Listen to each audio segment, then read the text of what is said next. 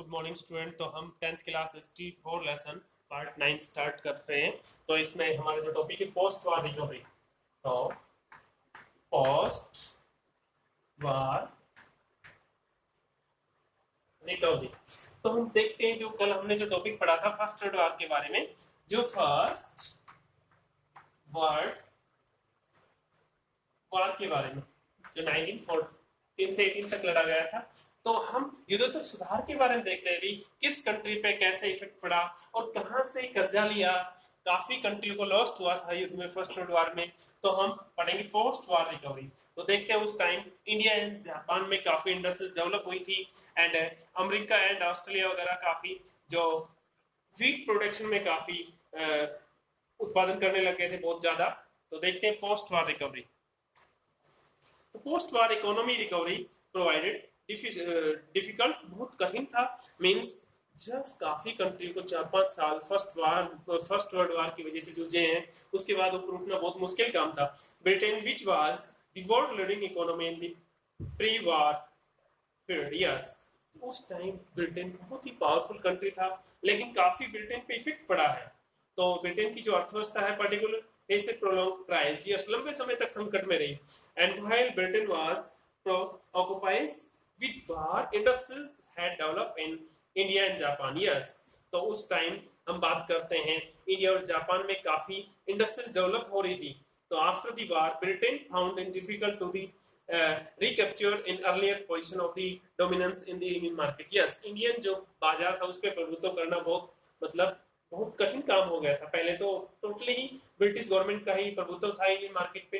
Compete with Japan international, yes, और अंतरराष्ट्रीय तौर पे जापान से कंपटीशन कर रही थी। Moreover to the finance war expenditures Britain and borrowed liberally from US, yes. Britain ने काफी जो कर्जा था वो यूएस से लिया था।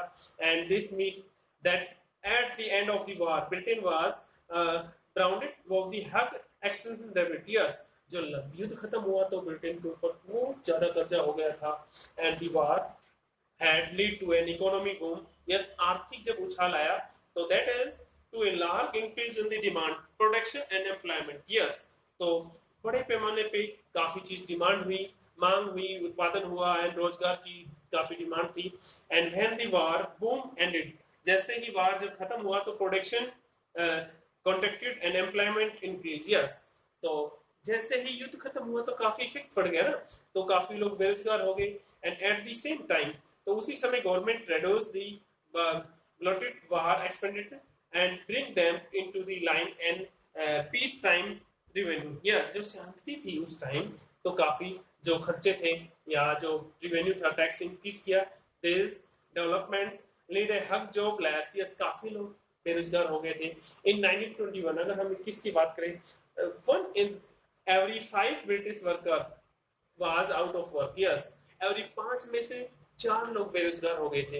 एंड एंडेड द एनेक्सिटी, चिंता और अनसर्टेनिटी और अनिश्चितता about work and become an enduring part of the post war scheme, yes. युद्ध की भरपाई करने के लिए बहुत ही चिंता जता रहे थे। मैनी एग्रीकल्चर इकोनॉमी, अनेक जो आर्थिक जो अर्थव्यवस्था है वो आल्सो इन क्राइसिस, जो संकट में थी। Consider the case of wheat production, अगर हम गेहूं उत्पादन की बात करें तो before the war Eastern Europe, जो पूर्वी यूरोप था, was a major supply of the wheat in the world market, yes. पूरे विश्व के बाजार में मोस्टली यूरोप, पूर्वी यूरोप कर रहा था। तो when the supply was disturb during the war, yes, जब युद्ध हुआ तो पूर्वी यूरोप में ही रशिया वगैरह या इधर जर्मनी फ्रांस में काफी इफेक्ट पड़ा है। तो wheat production in Canada, America and Australia expanded dramatically, yes. तो व्हीट उत्पादन कनाडा है, अमेरिका एंड ऑस्ट्रेलिया में काफी नाटकीय ढंग से काफी बढ़ गया गेहूं उत्पादन। And but once the war was over production in Eastern Europe, yes, जो ईस्टर्न यूरोप थे वो युद्ध में जो उत्पादन किया तो revise and created a guilt in the wheat output and grain price fall, जैसे ही अनाज के जो प्राइस थे वो गिर गए। एंड रूरल इनकम डिक्लाइन, और गांव की जो आय थी वो कम होने लगी। And farmer fall deeper into debit, yes, और फार्मर पे काफी कर्जा हो गया। तो नेक्स्ट जो टॉपिक हमारा rise of mass production, rise of mass production। तो देखते हैं हम हेनरी फोर्ड ने जो फोर्ड मोटर लगाई है, फोर्ड मोटर की बात करते हैं 1912 के आसपास जो इंडस्ट्रीज लगाई है 1914 1920 काफी इसके बारे में हमने पढ़ना है कि क्या इफेक्ट पड़ा हेनरी फोर्ड ने जो इंडस्ट्रीज लगाई फोर्ड मोटर। तो हम बात करेंगे कि राइज ऑफ मास प्रोडक्शन, तो उत्पादन, तो rise of mass production consumption in the US recovery was quick, yes बहुत तेजी कर दी यूएस ने रिकवरी करना, क्यों ब्रिटेन ने जो यूएस की पब्लिक से एंड बैंक से लोन लिया था। We have already seen how and war help the boost was economy, yes उछाला है एकदम। And after a short period of the, जब वार चला उस टाइम तो काफी उछाल आया था। And after a short period of economy, एक छोटे समय में जो अर्थव्यवस्था triple in the years of the after the वार, युद्ध के बाद डबल हो गई and US economy resume and strong growth in the early 1920। One important feature of the US economy of 1920 was mass production की बात करते हैं अमेरिका के हम, तो the move towards mass production had begun to the late 19th century, but in the 1920 became a characteristic feature of the industry's production in the US. Yes, औद्योगिक उत्पादन किया US ने। A well now pioneer of the mass production was the car manufacturing Henry Ford। तो हम बात करते हैं Henry Ford की।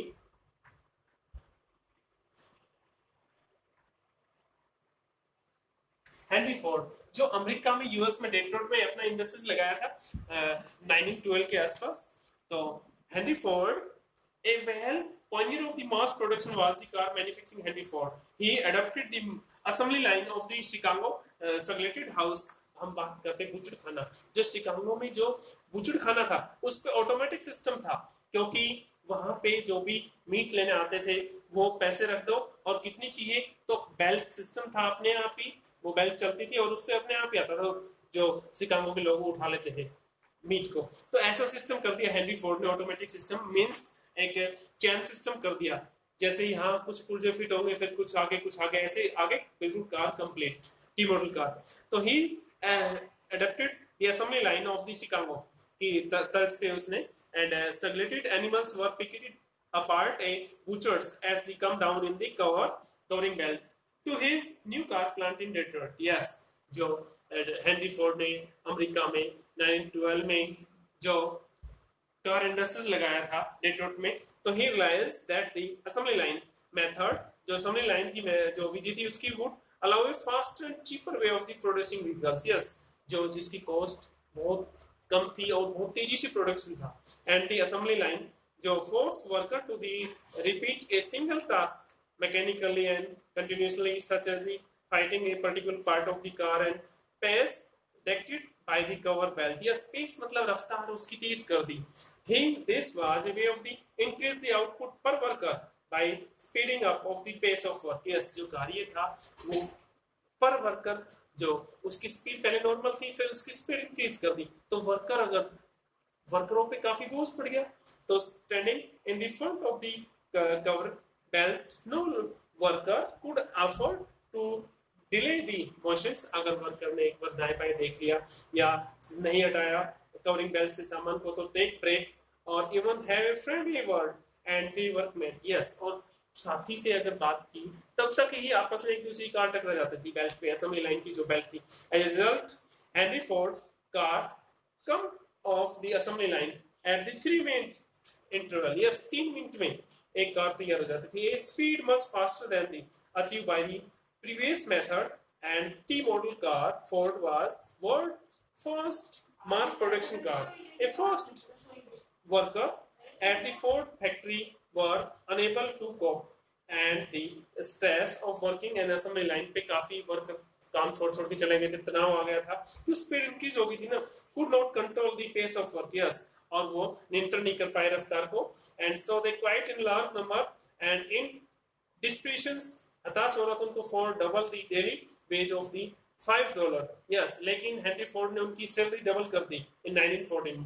At the same time the ban trade union पे बैन लगा रखा था and from the operating in this plants. Yes, इसलिए नहीं तो काफी जो वर्कर थे वो छोड़ के चले जाते और गेट पे तालाबंदी करते यूनियन बना लेते, लेकिन हेनरी फोर्ड ने पहले ही ट्रेड यूनियन पे बैन लगा रखा। तो थैंक यू, आज की टॉपिक बस इतना है।